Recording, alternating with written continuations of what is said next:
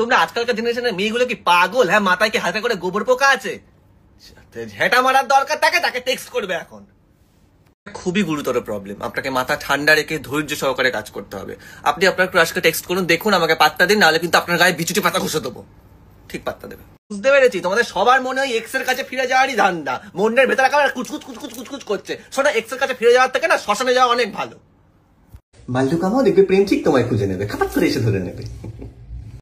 শোনো, আমি তোমাদের মতো তো জবলেস নই, আমার অনেক কাজ থাকে, আমাকে রাত দিলে তো লোকের বাড়িতে উকি ঝুঁকি মারতে হয়, ঠিক আছে? নিজের চোখের কালির কথা ভাবতে গেলে তোমাদের জীবনের কালিগুলো ধরবো কি করে? হ্যাঁ, প্রথমত আমার নাম Mita, not metal, sounds like বেতাল। আর দ্বিতীয়ত আমি সাবিত্রীর সাথে কেন ভিডিও বানাবো? সাবিত্রী আমার assistant, just assistant.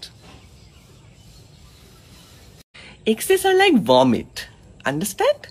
Once you are done with it, you just have to clean it and look for a new dish. That's it.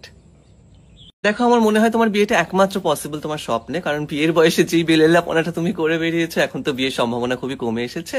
তো তুমি মেনে নাও যে তুমি সেলাই পিসি, অ্যান্ড মুভ অন প্লিজ।